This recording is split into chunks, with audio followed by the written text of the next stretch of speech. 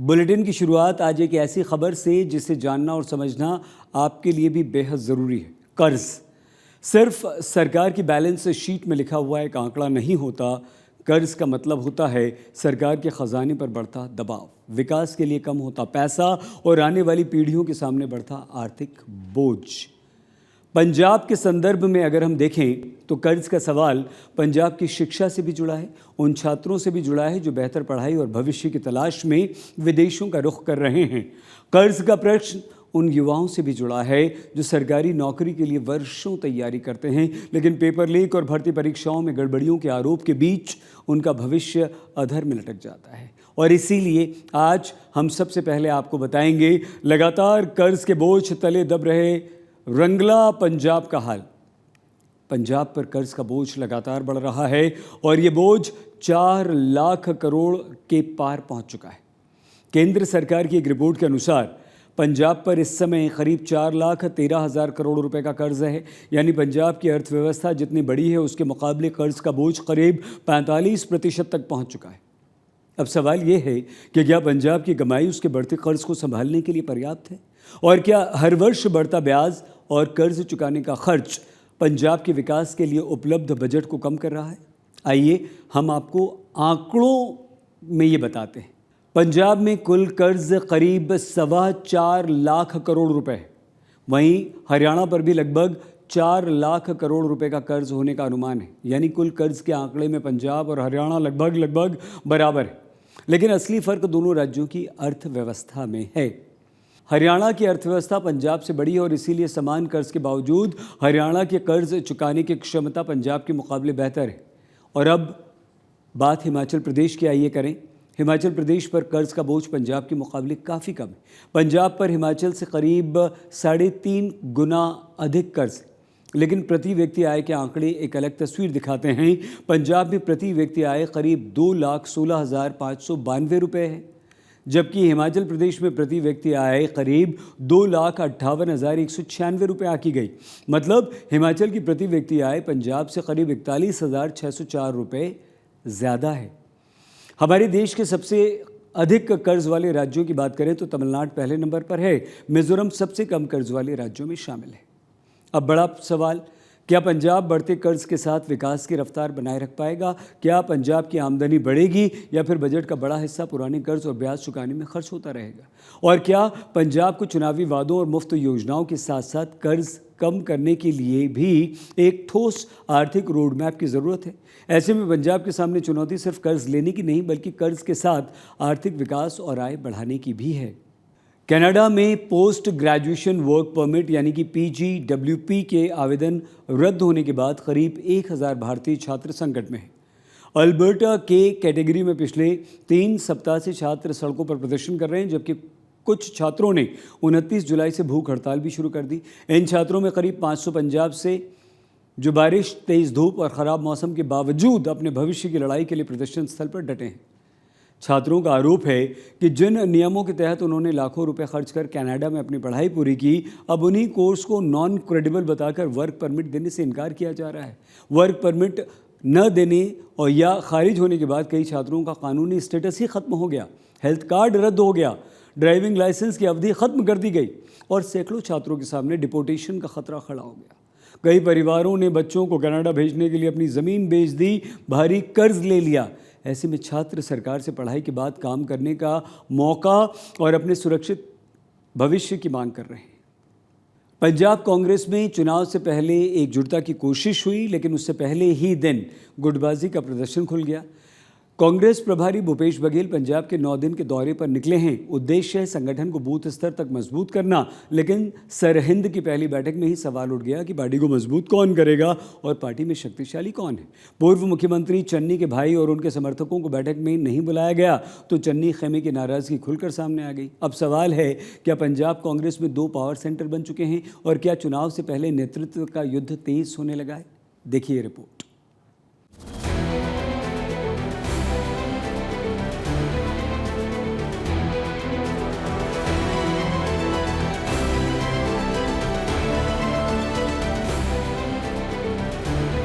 पंजाब में अमरिंदर राजा वडिंग और चरणजीत सिंह चन्नी के बीच चल रहे कोल्ड वॉर को खत्म करने के लिए एक बार फिर कवायद तेज हो गई है। इसी खींचतान के बीच प्रदेश कांग्रेस प्रभारी भूपेश बघेल आज से 9 दिन के दौरे पर पंजाब पहुंच गए हैं, जहां वो बूथ लेवल से फीडबैक लेकर ग्राउंड रियलिटी पर अपनी रिपोर्ट हाईकमान को सौंपेंगे। साथ ही बूथ स्तर पर संगठन को मजबूत करने के लिए रणनीति भी तैयार करेंगे। इस बीच एक बार फिर पंजाब कांग्रेस की अंदरूनी खींचतान भी खुलकर सामने आ गई, क्योंकि सरहिंद में हुई कांग्रेस पार्टी की बैठक में पूर्व मुख्यमंत्री चरणजीत सिंह चन्नी के भाई डॉक्टर मनोहर सिंह को नहीं बुलाया गया। मनोहर सिंह बस्सी पठाना सीट से कांग्रेस टिकट के दावेदार माने जा रहे हैं। वहीं फतेहगढ़ साहिब से चुनाव लड़ने की तैयारी कर रहे हैं। इसके अलावा NSUI पंजाब के अध्यक्ष ईश्वरप्रीत सिंह सिद्धू को भी बैठक से दूर रखा गया। हालांकि जब कांग्रेस प्रभारी भूपेश बघेल से चन्नी के भाई को बैठक में नहीं बुलाने पर सवाल पूछा गया, तो उन्होंने साफ कह दिया कि जो शख्स कांग्रेस पार्टी का हिस्सा नहीं है, उसे संगठन की बैठक में नहीं बुलाया जा सकता। कि जो लोग कांग्रेस से अलग आजाद लड़े हैं उसको तो नहीं बुलाया जाएगा, जो कांग्रेस में है सबको निमंत्रण दिया गया है। फतेहगढ़ साहिब के सरहिंद में हुई बैठक में भूपेश बघेल के साथ पंजाब कांग्रेस अध्यक्ष राजा वडिंग समेत कई बड़े नेता मंच पर मौजूद थे, लेकिन न तो इस मीटिंग में चरणजीत सिंह चन्नी दिखाई दिए और न ही उनके गुट का कोई और नेता। ऐसे में सवाल उठ रहा है कि क्या पंजाब कांग्रेस में अब 2 बड़े पावर सेंटर बन चुके हैं, जिसमें एक तरफ प्रदेश अध्यक्ष राजा वडिंग का खेमा और दूसरी तरफ पूर्व मुख्यमंत्री चरणजीत सिंह चन्नी। पार्टी के अंदर चर्चा है कि चन्नी समर्थक चुनाव से पहले प्रदेश नेतृत्व में बदलाव चाहते हैं, जबकि वडिंग समर्थक मौजूदा नेतृत्व के साथ ही चुनाव लड़ने के पक्ष में है। इसी बीच चन्नी के बेटे रिदमजीत का एक सोशल मीडिया वीडियो भी चर्चा में आ गया, जिसमें चन्नी समर्थकों के साथ दिखाई दे रहे हैं और बैकग्राउंड में लगाए गए गाने से इशारों इशारों में तंज कसा जा रहा है।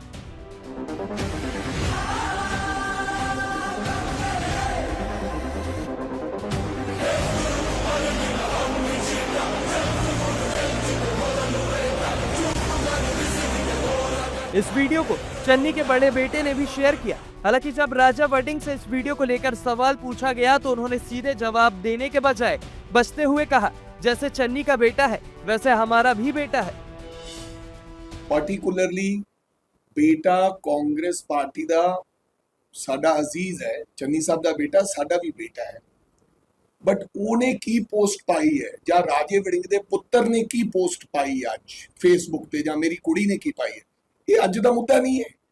ਇੱਕ ਮਿੰਟ, ਫਿਰ ਕੀ ਹੋ ਗਿਆ? ਸਾਡਾ ਬੇਟਾ ਕੋਈ ਪਾਈ ਜਾਂ ਨਹੀਂ ਪਾਈ, ਉਹ ਯੰਗ ਮੁੰਡਾ ਹੈ, ਉਹਨੇ ਕੀ ਪਾਇਆ ਮੈਂ ਤਾਂ ਦੇਖਿਆ ਨਹੀਂ, ਪਰ ਤੁਸੀਂ ਫੋਕਸ ਇੱਕ ਹੀ ਗੱਲ ਤੇ ਕਰ ਰਹੇ ਹੋ।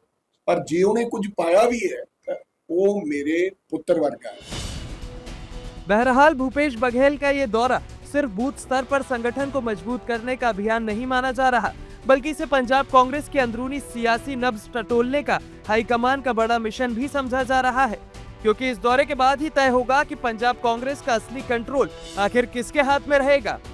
चुनाव में पार्टी का चेहरा कौन बनेगा और पंजाब कांग्रेस का सबसे बड़ा पावर सेंटर किसके इर्द गिर्द टिकेगा। फिलहाल पंजाब कांग्रेस में एकता के दावों के बीच पावर सेंटर की जंग अब पर्दे के पीछे नहीं, बल्कि खुलकर राजनीतिक जमीन पर दिखाई देने लगी है। खन्ना से गुरदीप सिंह के साथ आज तक ब्यूरो। पंजाब में पेपर लीक, भर्ती घोटालों और सफाई कर्मचारियों पर पुलिसिया कार्रवाई को लेकर शिरोमणि अकाली दल ने मान सरकार के खिलाफ मोर्चा खोल दिया। सुखबीर सिंह बादल की अगुवाई में अकाली प्रतिनिधिमंडल ने राज्यपाल से मुलाकात की और पेपर लीक मामले की निष्पक्ष जांच की मांग की। अकाली दल ने आरोप लगाया कि पंजाब में कानून व्यवस्था बिगड़ चुकी है, पुलिस का राजनीतिक इस्तेमाल हो रहा है। 1 अगस्त से पेपर लीक और भर्ती घोटालों के खिलाफ पार्टी ने प्रदर्शन का भी ऐलान किया। ਸ਼੍ਰੋਮਣੀ ਅਕਾਲੀ ਦਲ ਨੇ ਗਵਰਨਰ ਸਾਹਿਬ ਨੂੰ ਅਪੀਲ ਕੀਤੀ ਹੈ ਕਿ ਆ ਜਿਹੜੇ ਡੀਐਸਪੀ ਹੈ ਇਹਦੇ ਤੇ ਮਰਡਰ ਦਾ ਕੇਸ ਹੋਣਾ ਚਾਹੀਦਾ, ਅਟੈਂਪਟ ਟੂ ਮਰਡਰ ਦਾ ਕੇਸ ਹੋਣਾ ਚਾਹੀਦਾ, ਇਹਨੂੰ ਡਿਸਮਿਸ ਹੋਣਾ ਚਾਹੀਦਾ। ਤੇ ਨਾਲੇ ਆ ਕਹਿਣਾ ਜੇ ਨਹੀਂ ਕਰਨਗੇ ਮੈਂ ਸਾਰੇ ਸਫਾਈ ਕਰਮਚਾਰੀ ਤੇ ਸਾਰੀਆਂ ਯੂਨੀਅਨ ਮੈਂ ਦੱਸਦਾ ਆ ਜਿੰਨਾ ਅਫਸਰਾਂ ਨੇ ਆ ਕੁੱਟਮਾਰ ਕੀਤੀ ਆ ਪਿਛਲੇ ਕਈ ਸਾਲਾਂ ਤੋਂ ਕਰ ਰਹੇ ਆ ਆਪਣੇ ਮੁਲਾਜ਼ਮਾਂ ਦੇ ਤੇ ਦੂਜਿਆਂ ਤੇ ਸਾਰਿਆਂ ਤੇ ਪਰਚੇ ਦਿੱਤੇ ਜਾਣਗੇ ਸਣੇ ਮੁੱਖ ਮੰਤਰੀ ਦੇ। ਇਹਨਾਂ ਸਿਸਟਮ ਬੜਾ ਕਲੀਅਰ ਹੈ। ਪੁਲਿਸ ਦੀ ਪੋਸਟਿੰਗ ਹੋਏ ਪੈਸਾ, ਤਹਿਸੀਲਦਾਰ ਦੀ ਪੋਸਟਿੰਗ ਹੋਏ ਪੈਸਾ, ਪੀਸੀਐਸ ਲੱਗਣਾ ਹੈ, ਡੀਸੀ ਲੱਗਣਾ ਹੈ, ਸਾਰਿਆਂ ਦੇ ਰੇਟ ਰੱਖੇ ਆ। ਅਸੀਂ ਗਵਰਨਮੈਂਟ ਆਫ ਇੰਡੀਆ 'ਚ ਵੀ, ਅਸੀਂ ਪਾਰਲੀਮੈਂਟ ਵੀ हरसिमरत कौर बादल ने रेज किया सी कि home minister Amit Shah ji CBI inquiry loan आ जिन्नियां 10 साल दियां आ 5 सालां च मेरे थोड़ा 11-12 पेपर लीक ते रिक्रूटमेंट स्कैम होए हैं सारियां दे उत्ते सीबीआई इंक्वायरी चाहिदी है। मैं थोनू गारंटी दिना जिस दिन सीबीआई इंक्वायरी होगी सारे अंदर जाणगे। पंजाब दे बच्चों नूं नौकरियां नहीं मिल रही, धकले हो रहे हैं ते भगवंत मान कहंदा मैं तो ये साडे लीक ही है नहीं। बीजेपी ज्वाइन करने के बाद लंबे समय से चुप्पी साधे बैठे पंजाब से राज्यसभा सांसद राघव चड्ढा ने पहली बार कॉकरोच जनता पार्टी और पेपर लीक के खिलाफ छात्रों के प्रदर्शन को लेकर संसद में अपनी बात रखी। राघव ने आप और पंजाब सरकार पर तीखा हमला बोला। राघव ने भर्ती परीक्षाओं में गड़बड़ियों का मुद्दा उठाया। फार्मेसी भर्ती परीक्षा में जवाबदेही तय करने की मांग की। कहा छात्रों का आंदोलन किसी राजनीतिक पार्टी के कमबैक के लिए नहीं बल्कि उनके भविष्य और न्याय की लड़ाई है। चड्ढा ने पंजाब सरकार छात्रों के आंदोलन को लेकर क्या कहा, सुनिए। 19 जुलाई 2026 को आज से मात्र 10 दिन पहले पंजाब के अंदर एक फार्मेसी ऑफिसर रिक्रूटमेंट का एग्जाम हुआ। उसमें मैसिव इरेगुलरिटीज देखी गई। ब्लूटूथ डिवाइसेस के माध्यम से लाइव चीटिंग चल रही थी और चीटिंग सिंडिकेट वो चीटिंग फैसिलिटेट कराने के लिए 13 लाख रुपए का रेट चार्ज कर रहा था। यही नहीं सर, आम आदमी पार्टी की सरकार जब पंजाब में बनी तब से अभी तक नायब तहसीलदार के एग्जाम में इरेगुलरिटीज देखी गई और लार्ज स्केल चीटिंग हुई। पंजाब स्टेट एजुकेशन बोर्ड में 12वीं क्लास का इंग्लिश का पेपर लीक हुआ। पीएसटीटी स्कूल टीचर रिक्रूटमेंट का एग्जाम का पेपर लीक हुआ। पीएसएसबी के ग्रुप ऑफिसर के रिक्रूटमेंट का एग्जाम लीक हुआ। एग्रीकल्चरल डेवलपमेंट ऑफिसर के रिक्रूटमेंट का एग्जाम लीक हुआ और एक्साइज और टैक्सेशन इंस्पेक्टर की रिक्रूटमेंट की मेरिट की लिस्ट जब आई तो उसमें फर्जी नाम डाल के जारी कर दिया गया। अगर नीट के स्टूडेंट्स का पेन जेन्युइन है, जो कि जेन्युइन है, तो सर पंजाब के फार्मेसी एग्जाम के स्टूडेंट्स का और कर्नाटक के एसएलसी एग्जाम के स्टूडेंट्स का पेन भी जेन्युइन है। स्टूडेंट का पेन पार्टी देखकर चेंज नहीं होता और ठीक उसी तरह रिफॉर्म और अकाउंटेबिलिटी भी पार्टी देखकर चेंज नहीं हो सकती। सर स्टूडेंट्स द्वारा प्रोटेस्ट करना, सवाल पूछना, डिमांड रेस करना, कोर्ट जाना, पीसफुल मार्च निकालना, ये सब उनका संवैधानिक अधिकार है और ये करना भी चाहिए। लेकिन सर स्टूडेंट का प्रोटेस्ट स्टूडेंट का रहे, किसी पॉलिटिकल पार्टी की रैली ना बन जाए। वे अपना माइक किसी को आउटसोर्स ना करे, क्योंकि सर स्टूडेंट की लड़ाई तो एग्जाम सिस्टम को सिक्योर बनाने की है, नेताओं की लड़ाई अपनी सोशल मीडिया रीच बढ़ाने की है। सर जब पॉलिटिकल लीडर्स प्रोटेस्ट के टाइम पर बैरिकेड के आगे स्टूडेंट को भेज खुद कैमरे की सेफ साइड पे रहें तो उनसे पूछिए कि रिस्क मेरा और रील तुम्हारी, ये पार्टनरशिप कैसी? सर स्टूडेंट का मूवमेंट स्टूडेंट के फ्यूचर के लिए है, किसी फ्लॉप पॉलिटिकल पार्टी के कमबैक के लिए नहीं है। सर जब मैं ऑपोजिशन में बैठता था तब सवाल मेरा हथियार था, आज मैं ट्रेजरी बेंचेस पर बैठता हूं, आज सॉल्यूशन मेरी जिम्मेदारी है। पंजाब में पेपर लीक को लेकर मान सरकार पर उठे सवालों पर आज पंजाब के शिक्षा मंत्री हरजोत बैंस की तरफ से पलटवार किया गया। बैंस ने फार्मेसी परीक्षा में नकल के लिए हरियाणा को जिम्मेदार ठहराते हुए पलटवार किया। पंजाब में जैसे हमारे माननीय मुख्यमंत्री जी ने कहा कि एक भी पेपर पिछले 4.5 साल में लीक नहीं हुआ, आज आपको दिखाया कि कैसे Baba Farid health science university Faridkot में 19 जुलाई को जो एग्जाम था उसमें हरियाणा के मास्टरमाइंड जिन्होंने पता नहीं हरियाणा में कितनी चिटिंग्स कितने लीक्स किए, वो पहला अटेम्प्ट पंजाब में करने आए थे और during the exam only Punjab police ने उनको पकड़ लिया। और हमने जो डिवाइसेस, किस तरीके के डिवाइसेस हैं वो दिखाए आपको। और बड़ा सवाल तो आज ये खड़ा होता है कि हरियाणा के मुख्यमंत्री जो हरियाणा में रहते ही नहीं हैं और उन्होंने हरियाणा के कितने युवाओं के सपनों को कुचल दिया। बिकॉज अगर ये लोगों को हरियाणा में ही पकड़ लिया जाता तो पंजाब में ये अटेम्प्ट करने ही ना आते। क्यूएफ शिक्षकों ने प्रदर्शन किया, महिला शिक्षिकाएं भी शामिल हुई। प्रदर्शनकारियों ने बैरिकेड तोड़ दिया, आगे बढ़ने की कोशिश की, पुलिस से तीखी झड़प हुई, प्रदर्शनकारियों को हिरासत में लिया गया। महिला शिक्षिकाओं ने पुलिस पर धक्का मुक्की मारपीट का आरोप लगाया। टीचर्स का कहना है मांगे जल्द पूरी नहीं हुई तो आंदोलन को तेज करेंगे। मैं जिन्होंने साह तक नहीं सी आ रहा, ਅਸੀਂ ਨੀਚੋਂ ਕੱਢ ਕੇ ਲੈ ਕੇ ਆਏ ਇਹਨਾਂ ਨੂੰ, ਥੱਲੇ ਡਿੱਗਿਆ ਹੋਇਆ ਨੂੰ ਤੇ ਬਾਅਦ ਵਿੱਚ ਪਾਣੀ ਪਿਲਾਇਆ, ਸਾਹ ਲਈ ਅਸੀਂ ਇਹਨਾਂ ਨੂੰ ਚੈਸਟ ਨੂੰ ਇਹਨਾਂ ਨੂੰ ਮੜਿਆ ਤਾਂ ਜਾ ਕੇ ਮਾੜਾ ਮੋਟਾ ਕੁੜੀ ਨੂੰ ਸਾਹ ਆਇਆ। ਸਰ ਬਹੁਤ ਸਾਰੀਆਂ ਨੇ, ਅਸੀਂ ਦੱਸ ਵੀ ਨਹੀਂ ਸਕਦੇ ਇਕੱਠ ਦੇ ਵਿੱਚ ਕਿੰਨੀਆਂ ਕੁ ਸਾਥਾਂ ਜਿਨ੍ਹਾਂ ਦੇ ਸੱਟਾਂ ਲੱਗੀਆਂ ਵਿਚਾਰੀਆਂ ਦੇ। ਅਸੀਂ ਰੋਡ ਤੇ ਖੜਿਆਂ ਨੂੰ ਡੰਡਿਆਂ ਨਾਲ ਧੱਕੀ ਜਾ ਰਹੇ ਨੇ। ਘਟਨਾਕ੍ਰਮ ਇਹ ਹੈ ਜੀ ਕਿ ਜਿਹੜੇ ਇਹ ਟੀਚਰ ਬੈਠੇ ਨੇ ਇਹ ਪੰਜਾਬ ਦੇ ਸਰਕਾਰੀ ਸਕੂਲਾਂ ਦੇ ਵਿੱਚ ਨਾਂ ਦੇ ਸਰਕਾਰੀ ਅਧਿਆਪਕ ਹੈ, ਕਿਉਂਕਿ ਇਹਨਾਂ ਦੀ ਭਰਤੀ ਜਿਹੜੀ ਆ ਉਹ ਕੰਪਨੀਆਂ ਦੇ ਥਰੂ ਕੀਤੀ ਗਈ ਹੈ। ਪ੍ਰਾਈਵੇਟ ਕੰਪਨੀਆਂ ਦੇ ਥਰੂ ਇਹਨਾਂ ਨੂੰ ਭਰਤੀ ਕੀਤਾ ਗਿਆ ਤੇ ਕੰਪਨੀਆਂ ਇਹਨਾਂ ਦਾ ਜੰਗੀ ਪੱਧਰ ਤੇ ਇਹਨਾਂ ਦਾ ਸ਼ੋਸ਼ਣ ਕਰਦੀਆਂ ਤੇ ਸਰਕਾਰ ਕਿਸੇ ਤਰ੍ਹਾਂ ਦੀ ਕੋਈ ਗੱਲ ਸੁਣਨ ਨੂੰ ਤਿਆਰ ਨਹੀਂ। 4.5 ਸਾਲ ਤੋਂ ਉੱਤੇ ਦਾ ਸਮਾਂ ਹੋ ਗਿਆ, हजे तक सरकार किसी तरह की कोई गल नहीं सुन रही। संगरूर के सुनाम में शहीदी समारोह के दौरान उस समय माहौल गर्मा गया जब पंजाब के कई जिलों से अपनी लंबित मांगों को लेकर पहुंचे कंप्यूटर टीचर्स यूनियन के सदस्यों को पुलिस ने हिरासत में लिया। शिक्षकों का कहना है कि शिक्षकों को हिरासत में लेकर भवानीगढ़ थाने पुलिस ले गई। इस विरोध में प्रशासन के खिलाफ नारेबाजी हुई, लोकतांत्रिक हनन का उल्लंघन बताया, सरकार लंबे समय से मांगों की अनदेखी का आरोप लगाया। इनकी मांग है कंप्यूटर शिक्षा को विभाग में नियमित रूप से मर्ज किया जाए ताकि उन्हें अन्य शिक्षकों की तरह समान अधिकार सुविधाएं मिले। प्रदर्शनकारी शिक्षकों का कहना है कि अगर सरकार ने उनकी मांगों पर जल्द निर्णय नहीं लिया तो आंदोलन को और तेज करेंगे। आज तक पंजाब में आज के लिए बस इतना ही। आप प्लीज़ अपना बहुत ख्याल रखिएगा। देखते रहिए आज तक।